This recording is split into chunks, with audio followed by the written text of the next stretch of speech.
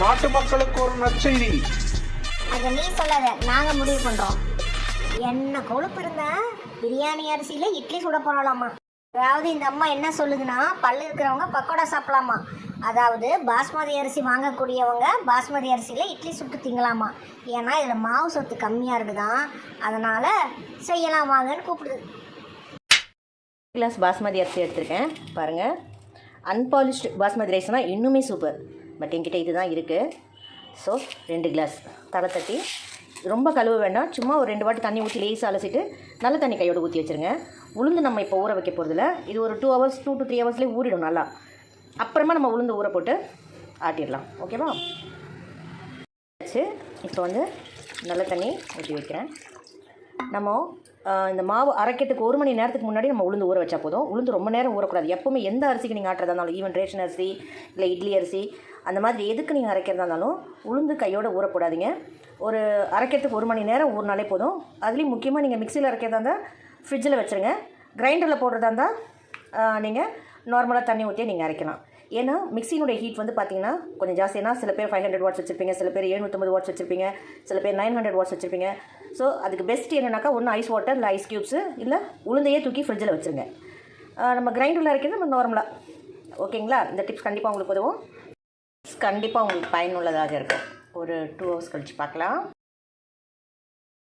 2 class அரிசிக்கு அரை cup உளுந்து 2 தடவை கழுவிட்டு நல்ல தண்ணி ஊற்றி வச்சுருவோம். ரொம்ப தண்ணி ஊற்றாதீங்க, திட்டமாக ஊற்றுங்க. இப்போ நம்ம இதை ஊற வச்சு ஒரு 1/2 hour ஆகுது. நான் இப்போ இதை எடுத்து ஃப்ரிட்ஜில் வைக்க போகிறேன்.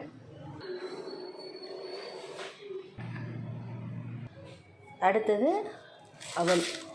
இந்த அவல் வந்து அரை கிளாஸ். நீங்கள் எந்த கிளாஸோ கப்போ எதில் அளக்குறீங்களோ அதிலே தான் எல்லா மெஷர்மெண்ட்டுமே.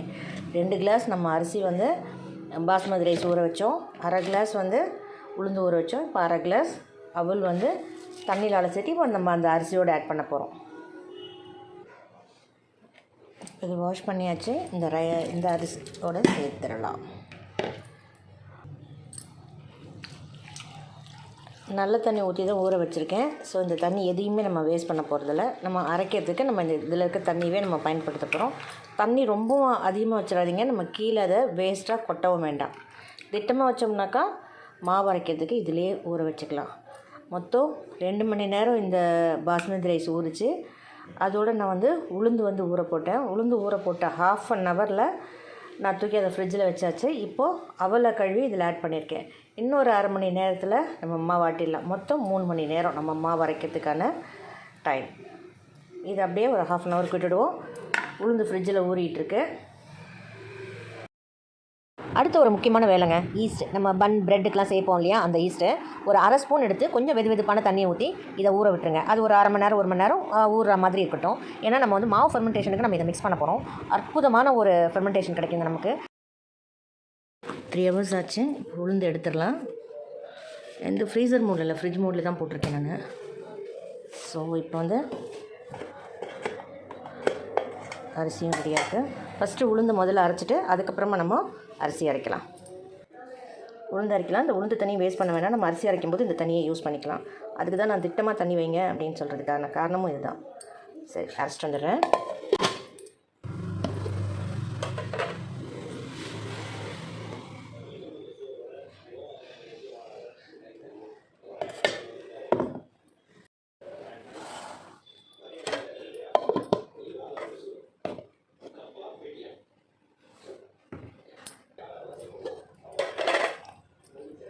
கொஞ்சம் நேரம்னு அதுக்குன்னு ரொம்ப நன்னான்னு எடுத்துடாதீங்க. ஃபஸ்ட் ஈடு அரைச்சிட்டோம். இப்போ 2வது ஈடு அரைச்சிடலாம்.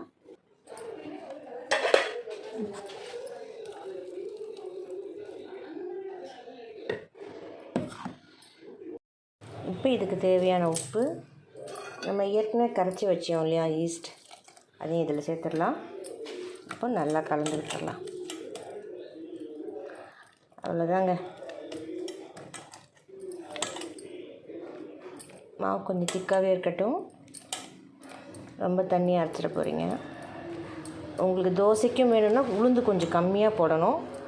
இல்லை இட்லிக்கு மட்டும்தான் அப்படின்னாக்கா உளுந்து வந்து அந்த அரை கப்பு இல்லை 1 ஸ்பூன் எக்ஸ்ட்ரா கூட நீங்கள் போட்டுக்கலாம். நல்லா இட்லி நல்லா சாஃப்டாக சூப்பராக. அதுவும் நீங்கள் இந்த சோடா மாவுலாம் போடுவாங்க சில பேர் வந்துட்டு, பெரும்பாலும் கடைகளில் வந்து பார்த்திங்கன்னா இந்த சோடா மாவு தான் ஆட் பண்ணுவாங்க, மாவு வந்து சாஃப்டாக வர்றதுக்கும் சீக்கிரம் புளிக்கிறதுக்கும். ஆனால் பெஸ்ட் ஃபெர்மெண்டேஷன் எதுனாக்கா இந்த ஈஸ்ட்டு போட்டு கலக்கிறதாங்க.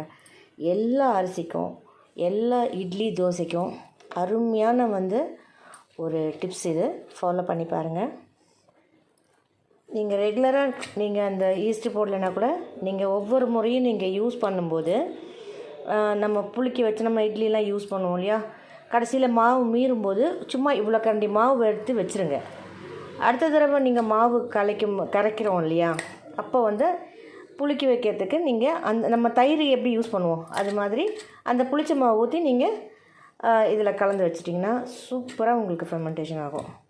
ஓகேவா? சரி, இதை நாளைக்கு இட்லி ஊற்றும்போது பார்க்கலாம். ஈஸ்ட் பயன்படுத்துறதுனால உடம்புக்கு கெடுதல் இல்லைங்க, நன்மை தான் நமக்கு. பனிக்காலன்றதுனால நமக்கு அந்த மாவு புளிக்கிற தன்மை வந்து கொஞ்சம் நமக்கு லேட்டாக தான் ஆகும். ஸோ பாருங்கள், இப்போ ஓரளவுக்கு நல்லாவே புளிச்சிருக்கு.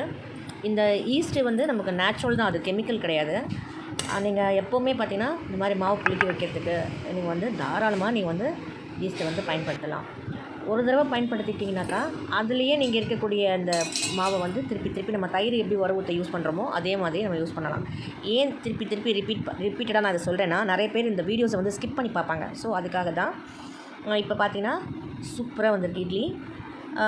கொஞ்சம் பட்ஜெட் ஹை தான், இருந்தாலும் நமக்கு வந்து இங்கே இந்தியாவில் வந்து நமக்கு அது முக்கியமாக சவுத் இந்தியாவில் வந்து நமக்கு பாஸ்மதி அரிசி வந்து விலை கூட. அதே நார்த் சைடில் வந்து பார்த்திங்கனாக்கா நம்ம நார்மலாக சாப்பாட்டுக்கே வந்து அவங்க வந்து பாஸ்மதி ரைஸ் தான் சாப்பிட்றாங்க. வெளிநாடுகளையும் பாஸ்மதி ரைஸ் வந்து நல்லா ஈஸியாகவே கிடைக்குது. ஸோ அவங்களுக்கெல்லாம் கண்டிப்பாக இது வந்து ஹெல்ப்ஃபுல்லாக இருக்கும். சிலருக்கு அந்த ரேஷியோ கரெக்டாக தெரியாது. ஏன்னா நம்ம ஊர் பிள்ளைங்க இங்கேருந்து வெளிநாட்டுக்கு வேலைக்கு போகிறாங்க இல்லையா, அப்போ அவங்களுக்கு வந்து இட்லி அரிசியோ இல்லை புழுங்கல் அரிசியோ வந்து கொஞ்சம் கிடைக்கிறது டிமாண்ட் கஷ்டம். பாஸ்மதி அரிசி ஈஸியாக கிடைக்குதுன்னா அப்போ அவங்க வந்து இட்லிக்கும் அதை யூஸ் பண்ணிக்கலாம், சாப்பாட்டுக்கும் அதை வந்து யூஸ் பண்ணிக்கலாம். அதுக்கான ஒரு மெஷர்மெண்ட் தான். பாருங்கள், சூப்பராக இருக்குது. இட்லிக்கு நீங்கள் முக்கியமாக அரைக்கிறது வந்தால் கொஞ்சம் குறைப்பாகவே அரைங்க. கறி குழம்பு, அதாவது சிக்கன் குழம்பு மட்டன் குழம்பு அட்டகாசமாக இருக்கும். இட்லிக்கு மட்டும் நீங்கள் அரைக்கிறதா இருந்தால் கொஞ்சம் குறைப்பாகவே அரைங்க, செம்ம டேஸ்ட்டாக இருக்கும். அந்த இட்லி பாத்திரத்தை எடுக்கும்போதே பார்த்திங்கன்னா அந்த பாஸ்மதி ரைஸோட வாசனை சூப்பராக இருக்கும். மறுநாள் வந்து நான் தோசை ஊற்றுனாங்க பாருங்கள், எப்படி நல்லா அந்த ஓட்டையாக புளிப்பு வாசனையே சுத்தமாக வரவே வராது. அதாவது கோழி கூடாக இருந்தானே குழம்பு ருசியாக இருந்தால் ஓகே அப்படின்ற மாதிரி. வீடியோவோட குவாலிட்டி வந்து கொஞ்சம் கம்மியாக தான் இருக்கும், என்னோடய நாலேஜ் அவ்வளோதான். ஆனால் நான் சொல்லக்கூடிய விஷயங்கள் வந்து உங்களுக்கு கண்டிப்பாக பயனுள்ளதாக இருக்கும். ஸோ தொடர்ந்து என்னோடய வீடியோஸை பார்த்து எனக்கு சப்போர்ட் பண்ணுங்கள். எப்பவும் போல் likes, comment, subscribe, bell icon எதையும் மறந்துடாதீங்க. நண்பர்களுக்கு ஷேர் பண்ண மறக்காதீங்க.